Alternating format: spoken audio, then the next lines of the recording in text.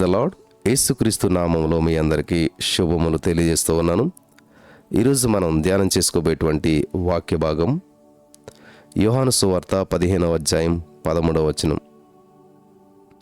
తన స్నేహితుల కొరకు తన ప్రాణం పెట్టువానికంటే ఎక్కువైన ప్రేమ గలవాడెవడనూ లేడు. స్తోత్రం దేవా. ఈ యొక్క వాక్యము వెల్లడగుతూ ఉండగా అద్భుతాలు, ఆశ్చర్యకార్యాలు, మైటీ మెరకల్స్ వారి జీవితంలో జరిగించినందుకు నీకు వందనాలు. సమస్త మహిమ, ఘనత, ప్రభావాలు మీరే తెచ్చుకొని విడుదలను అనుగ్రహించమని యేసుక్రీస్తు నామములో ప్రార్థించిన మేము పొందుకొని ఉన్నాం తండ్రి, ఆమెన్.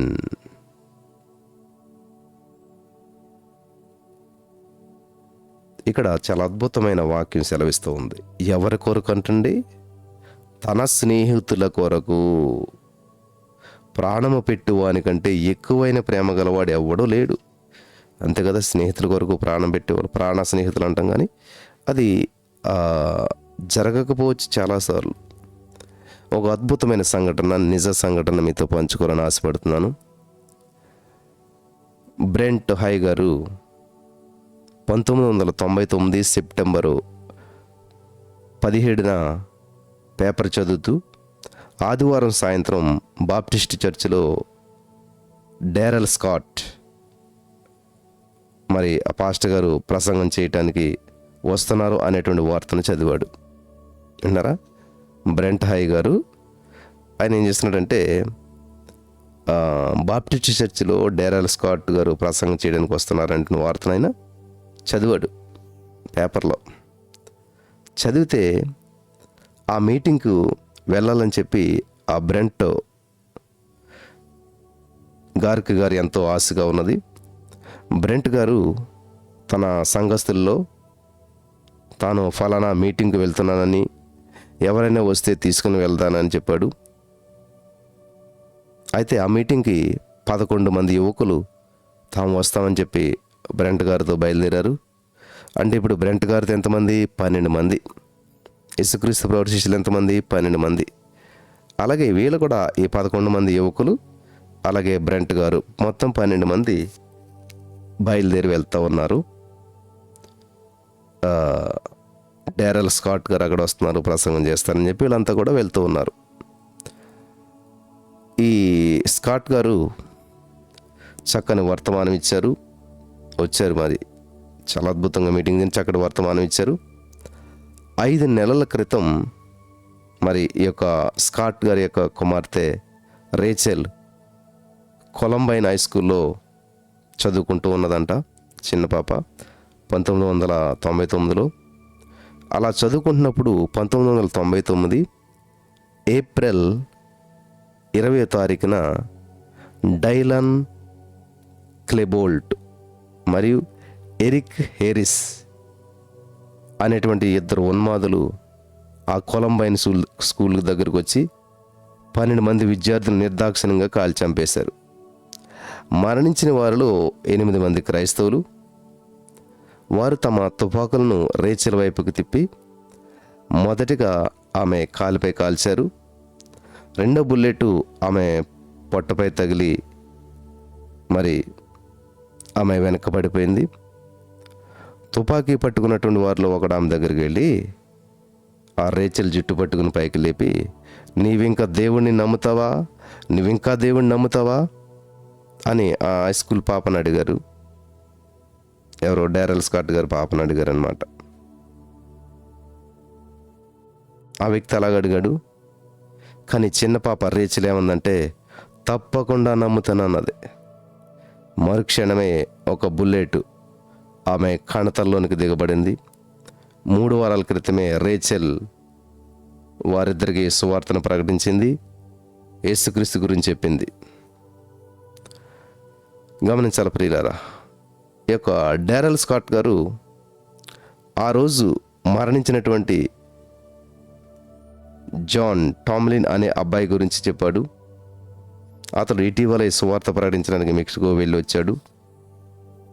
ఎవరైనా బైబిల్ చదువుతారేమోనని చెప్పి అతడు ఎప్పుడు కూడా తన టేబుల్పై బైబిల్ని తెరిచి ఉంచేవాడు. ఈ దుస్సంఘటనలో స్కాట్ గారు అబ్బాయి క్రెయిగ్ మరణం నుంచి తప్పించబడ్డాడు. దుండగులు అతనిపై తుపాకీ గురిపెట్టారు, కానీ క్రెయిన్ ప్రక్కనే కూర్చున్నటువంటి ఒక నీగ్రో అబ్బాయి వారి దృష్టిని ఆకర్షించాడు. వారికి నల్లవారంటే నచ్చదు కాబట్టి ముందు ఆ నీగ్రో అబ్బాయిని చంపారు. అతని తర్వాత కేసీ బెర్నాల్ అనే అమ్మాయిని చంపారు. రేచల్ యొక్క అంత్యక్రియలను CNN ఛానల్లో ప్రసారం చేశారు. కోట్ల కొలది ప్రజలు ఆ ప్రచారాన్ని వీక్షించారు. బ్రూస్ పోర్టర్ అనేటువంటి పాస్టర్ గారు ఈ 12 మంది మరణం తర్వాత వారు చేయించినటువంటి పనిని ఎవరు కొనసాగించరు అని టెలివిజన్ ప్రేక్షకులను ఒక ప్రశ్న వేశారు. అదే సమయంలో టెక్సాస్లో ఆత్మహత్య చేసుకున్నటువంటి వారి వలె తుపాకీ తన తలకు గురి పెట్టుకున్నటువంటి ఒక యువకుడు ఆ మాట విని తుపాకీ దించి తన క్షమాపణ నిమిత్తం ప్రార్థన చేశాడు. స్కాట్ గారు ఆ విషయాన్ని చెప్తున్నప్పుడు బ్రెంట్ గారికి కన్నీరు ఆగలేదు. నేను వారి మరణం వలన ప్రేరేపణ పొందాను, నేను ప్రతి ఒక్కరికి సువార్త ప్రకటిస్తాను అనుకున్నాడు. వారందరూ వ్యాన్ ఎక్కి తిరిగి ఆదివారం రాత్రి ఇంటికి రాత్రి కూటానికి బయలుదేరారు. బ్రెంట్ గారికి మధ్యాహ్నం స్కాట్ గారు చెప్పిన విషయాలు మనసులో మెదులుతూ ఉన్నాయి.